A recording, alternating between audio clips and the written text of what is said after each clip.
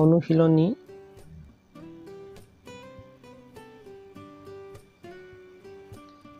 এক ক 1 নম্বৰ প্ৰশ্ন দিয়া আছে তলৰ সংখ্যাবোৰ বিস্তাৰ কৰি দেখুৱা তলৰ সংখ্যাবোৰ বিস্তাৰ কৰি দেখুৱা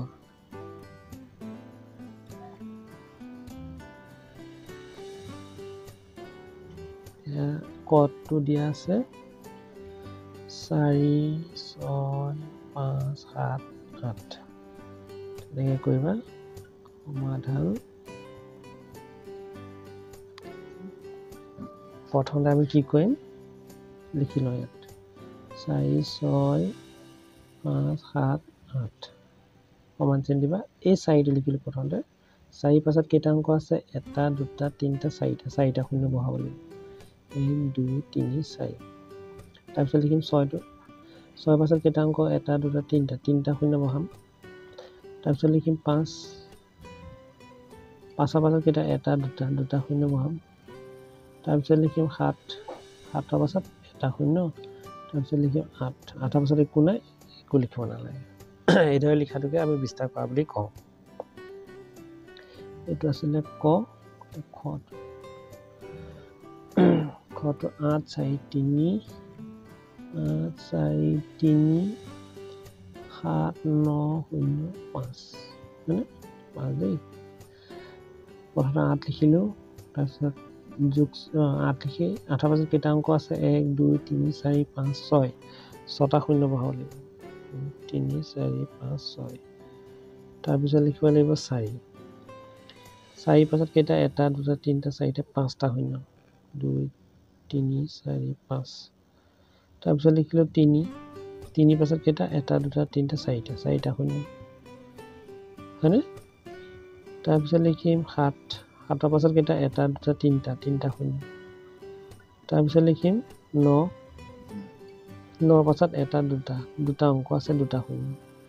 শূন্য থাকিলে নিলিখো আমি তাৰ পাছত কি লিখিম 5 এইটোৱে তাৰপিছত গটো চাবা 3 0 0 4 8 5 হয়নে প্ৰথমে আমি 3টো লিখিলোঁ 3 পাছত কেইটা অংক আছে 1 2 3 4 5টা শূন্য বহাই দিম 4 5 যোগ চিন শূন্য থাকিলে আমি নিলিখো 4টো লিখিম 4 পাছত কেইটা 1 2টা শূন্য বহালোঁ তাৰপিছত লিখিলোঁ 8 8ৰ পাছত এটা অংক আছে এটা শূন্য তাৰপিছত শেষত 5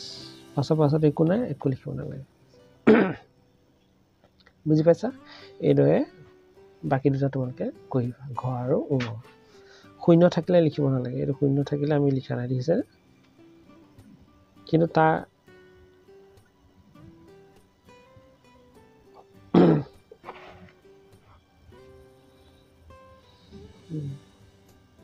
আৰু এটা কৰি দিছোঁ ঘৰটো 4 0 3 5 8 4 9 1 এই 4টো লিখিলোঁ 1 2 3 4 5 6 7টা 1 2 3 4 5 6 7 তাৰপিছত লিখিম 3টো 1 2 3 4 5 1 2 3 4 5 তাৰপিছত লিখিম 5 1 2 3 4 4টা হ'ব 4 তাৰপিছত লিখিম 8 8ৰ পাছত 1 2 3টা অংক আছে 3টা শূন্য তাৰপিছত লিখিম 4 4 পাছত 1 2টা শূন্য তাৰপিছত লিখিম 9 9 পাছত এটা শূন্য শেষত 1 বুজি পাইছা এইদৰে উমৰটো তোমালোকে নিজে কৰিবা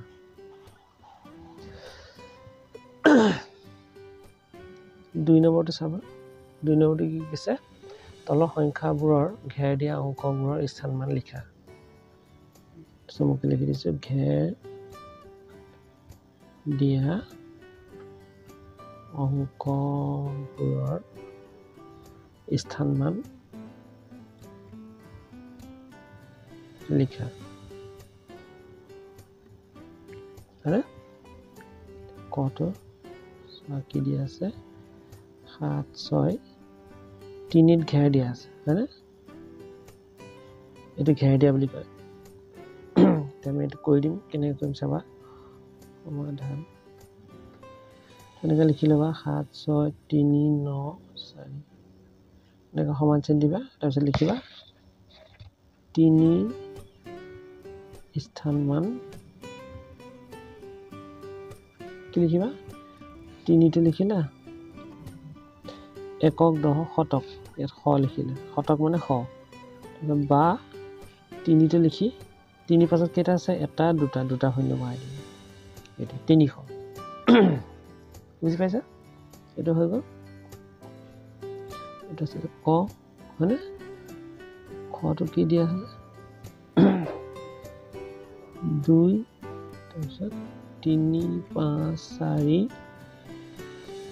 3 7 এটা আমি লিখিম এই দুইটোত ঘেৰ দিয়া আছে তে 2 স্থান মান কি হ'ব একক দহ শতক হাজাৰ অযুত লাখ 2 লাখ এই যে কমা দিলো এটো কমা দিব নালাগিছিল স্থান মানে স্থান মান 2 স্থান মান 2 লাখ বা 2 তেনেকৈ লিখি পেলাই 2 পাছত কেইটা আছে অংক এটা দুটা তিনিটা চাৰিটা পাঁচটা শূন্য ভৰাই দিব 2 3 4 5 এইদৰে আৰু এটা কৈ দিছো গটো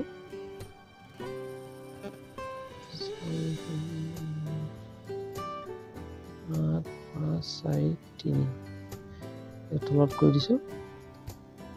নৰ স্থান মান একক দহ শতক হাজাৰ অযুত অযুত বা 9 টো লিখি ললা 9 পাছত কেইটা অংক আছে এটা দুটা তিনিটা চাৰিটা শূন্য বহাই দিবা 1 2 3 4 এইদৰে লিখিবা বুজি পাইছা তই আমি ঘেৰ দিয়া অংক স্থান মান এইদৰে লিখিব বুজি পালা ঠিক আছে আশা কৰোঁ তোমালোকে বুজি পাইছা ইয়াৰ পাছৰ অংককেইটা পাছৰ ভিডিঅ'ত